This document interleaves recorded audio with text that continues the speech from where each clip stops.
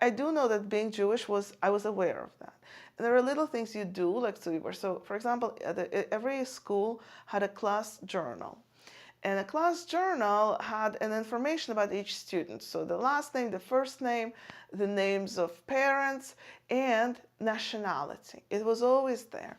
So I remember, and this journal is a public thing, like it's where they do a check attendance. I remember looking at that thing, attendance, and seeing there's Yevr uh, across my name and another girl's name.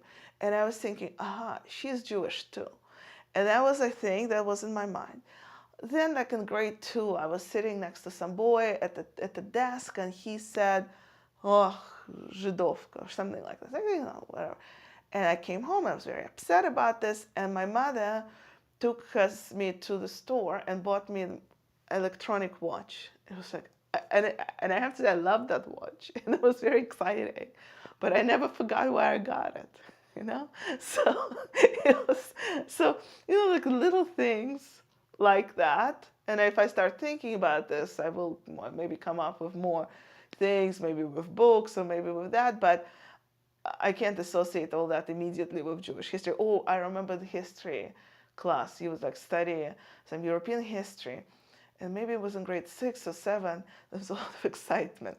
Because one of the textbooks, which talked about European history of medieval Europe, had the word Jew in it.